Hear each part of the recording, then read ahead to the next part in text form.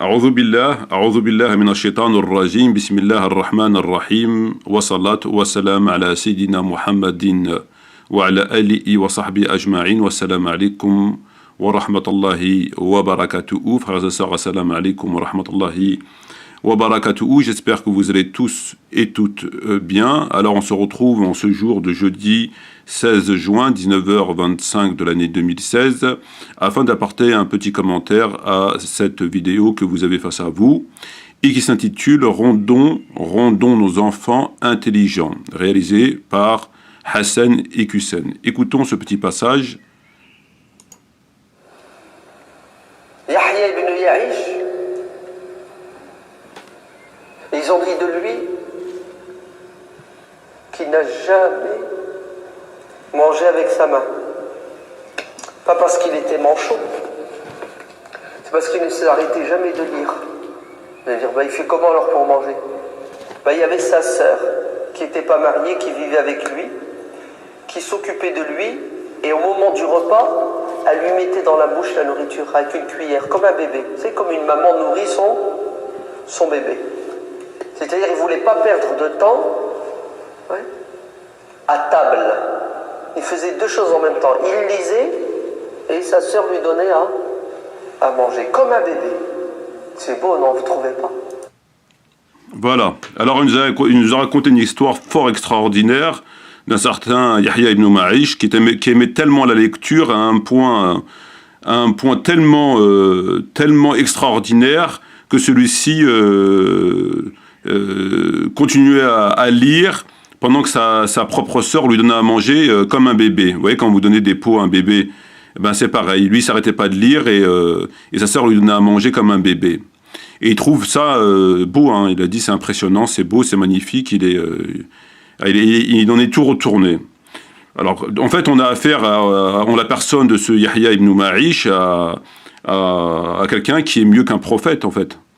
Parce que les prophètes, jusqu'à preuve du contraire, jusqu'à nouvelle donne, ils mangeaient eux-mêmes. J'ai jamais entendu qu'un prophète, on va me dire peut-être qu'un prophète ne lisait pas, mais quand même, ou un compagnon, ou un apôtre, ou des gens pieux. Je veux dire, chacun son estomac, chacun ses mains, chacun ses besoins, etc. Donc, moi, je pense surtout que c'était ni plus ni moins qu'un extrémiste, peut-être à tendance soufie, genre d'individu, lorsqu'il regarde une femme plus d'une seconde et 31 millième, il se crève l'œil. Il en a existé ça dans l'histoire. Alors bon, bien évidemment, inutile de se demander qui faisait la vaisselle dans ce foyer. Hein, ça devait aller pour lui, il ne devait pas faire grand-chose à la maison. Hein. S'il n'avait même pas le temps de manger, bon, je ne pense pas qu'il allait faire la vaisselle ou des choses comme ça. J'avais entendu aussi des histoires, mais pas tellement à ce point extraordinaire, concernant d'autres savants, par exemple, qu'Al-Bani, rahimahullah, il était monté sur une échelle dans une bibliothèque, et pour chercher un livre, et finalement il est tombé sur un livre, il a commencé à le feuilleter, et il était tellement attiré par la lecture qu'il est resté toute la journée en haut de l'échelle sans bouger, et voire même plusieurs semaines, je sais pas, hein, c'est une histoire qui... Il y a des variantes, certains diront toute la journée jusqu'à minuit, d'autres 2 jours, d'autres une semaine, etc., etc. C'est un petit peu le même genre, mais là, pas à ce point. Là, c'est la première fois que j'entends que quelqu'un c'est pas lui qui mange, quoi. On lui donne à manger. Ça, c'est la première fois que j'entends ça.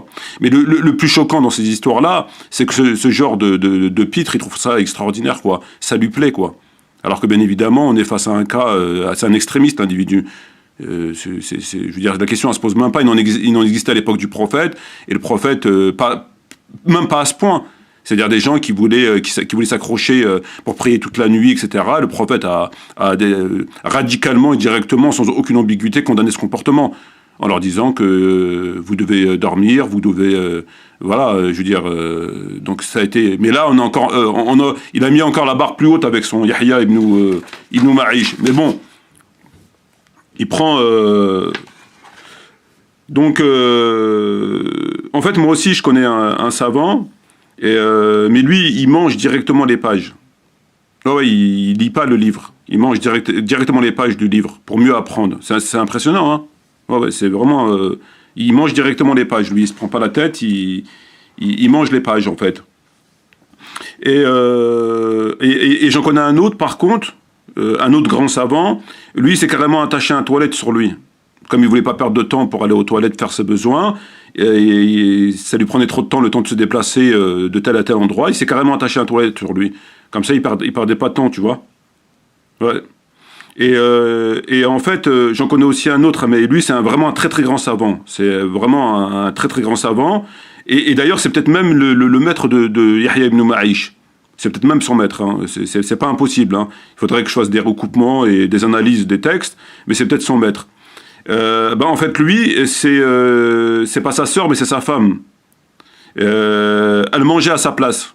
C'est-à-dire que lui, il bougeait la bouche, mais c'est sa femme qui mangeait. Parce qu'il n'avait pas le temps de manger.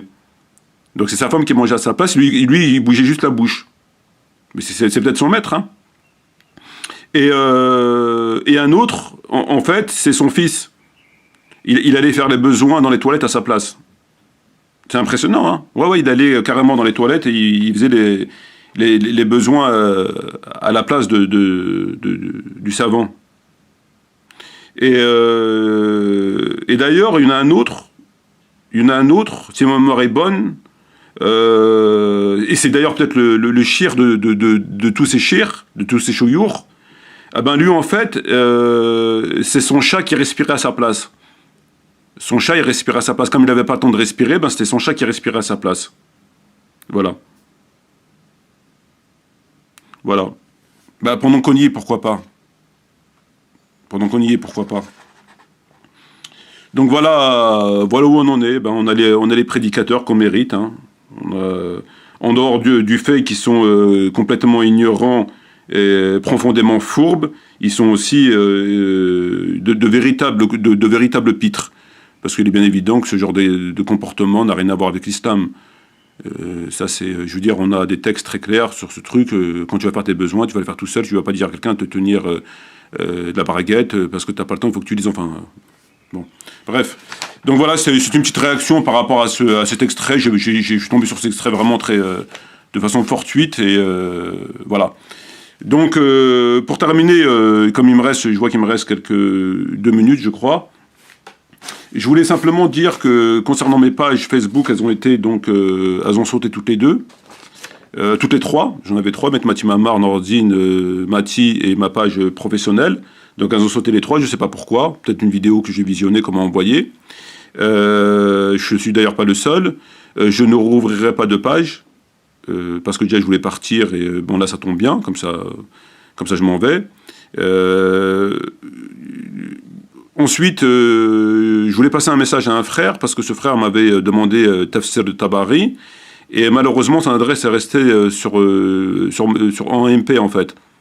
Et donc, comme mon compte a sauté, j'ai plus accès à son adresse. Donc, si le frère écoute cette petite vidéo, il serait sympa de sa part de me contacter via ma boîte mail, metmati12@.fr, metmati12@.fr, et de m'envoyer ses coordonnées afin que je puisse lui envoyer les livres en question.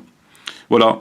Sur ce, shukran jazirin wa assalamu alaikum wa rahmatullahi wa barakatuhu, sahafturkum, et que Dieu vous garde, et vous préserve, et vous éloigne des débiles. Amin.